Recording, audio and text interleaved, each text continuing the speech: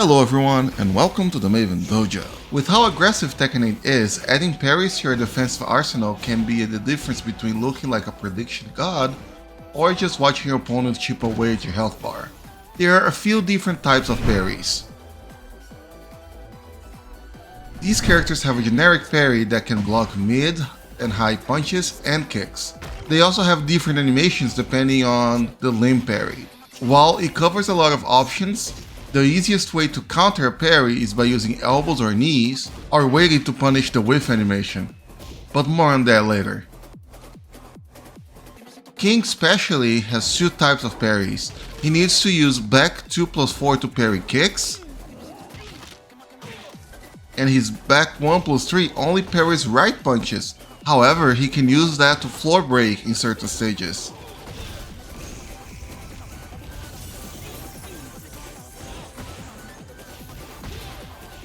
And Dragunov is the only character that has a low version of a generic parry, which is done by down 1+2.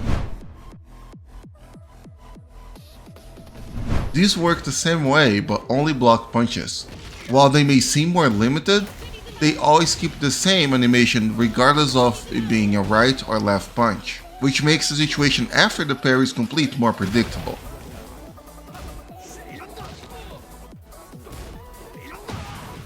For example, Shaheen always switches sides after a parry, which can be a great way to get away from the wall. Steven Harang's parries also knock down, which can activate stage hazards, like a wall break or a balcony break. Lee's punch parry can actually do both at the same time.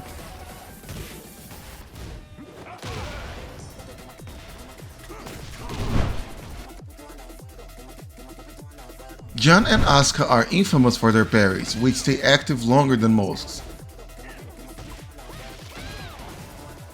Asuka is especially dangerous because she can hold her parry for an extended time.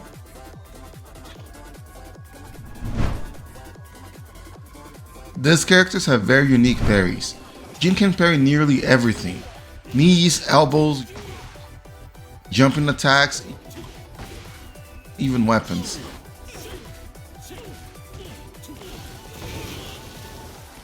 His parry makes him ignore block frames, letting him act before his opponent, which most of the time he can land a 2-4, but on being wide up moves like Dragunov's running 2 or Brian's back 1, he can get a full launch with down 3+4.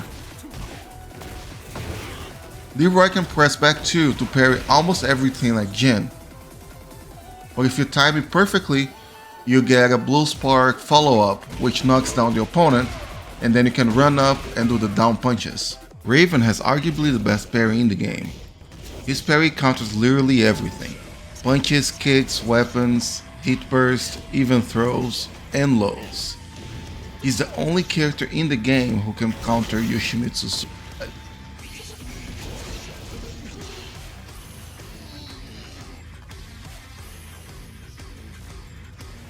Sabaki parries are attacks that have a parry effect built in their startup.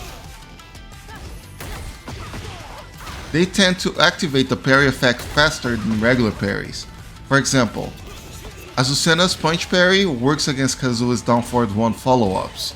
It beats both down forward 1-2 and down forward 1 down forward 2, where a regular parry just doesn't usually work. Same thing goes for Asuka's and Jun's forward 2+3. The Sabaki works where the parry doesn't start fast enough. Some characters can get a good reward out of a Sabaki. For example, Dragunov, back 3+4 can parry punches, and with the knockdown, depending on the stage, he can either get a wall break or a floor break for a full combo. Fang's 1+2 Sabaki can guarantee a shoulder for a hit engager, and Heihachi's back 1+2 is a hit engager by itself. Lydia and Asuka's are the only characters in the game that have a Sabaki that counters a low.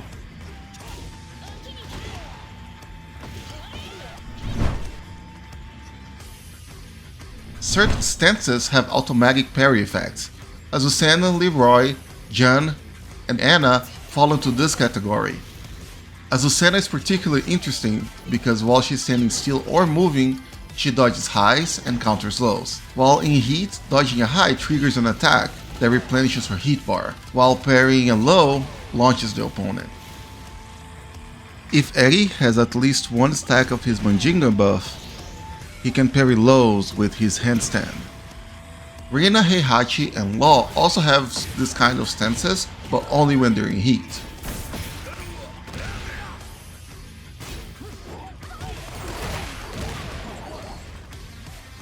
What's interesting about Jun's parry is that it not only counters lows, but also throws. And the same is true for the new character, Anna.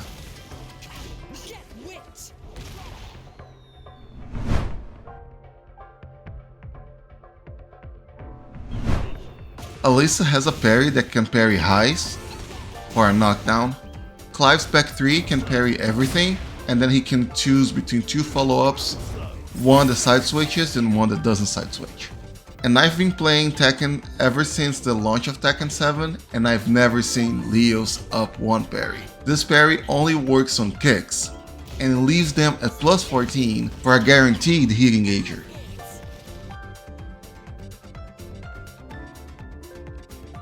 How to use parries effectively. Parries are especially useful against long strings that are otherwise safe, or multiple follow-up options can be parried. For example, if you can parry kicks, Jin's 1-2-3 and 1-2-4 can both be parried. Lily's 3-2 and 3-1 can be punch parried. Jin's 2-1-4 is very strong, but you could parry the 4. And the same goes for Nina down 3-4-3. Basically, any string with Daga mix-up is a good candidate for parrying.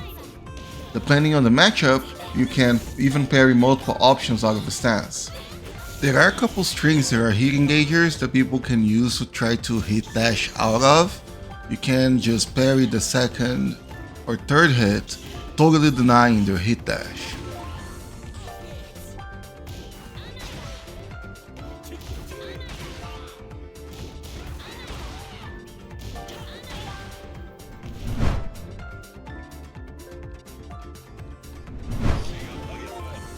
What if your opponent is spamming parries? How can you counter that? For most characters, elbows and knees cannot be parried.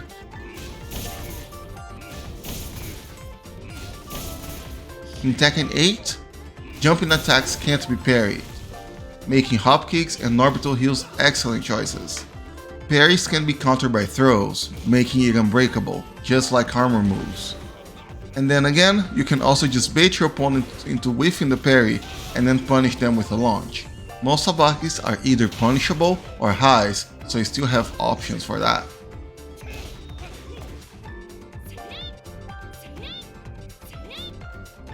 Mastering parries in Tekken 8 can up your defensive game. In my opinion, the best way to use it is sparingly. Don't just use every time or you're gonna get baited. Save it for a game deciding situation or when you can get the most reward out of it, such as side switching or getting a floor break or anything like that.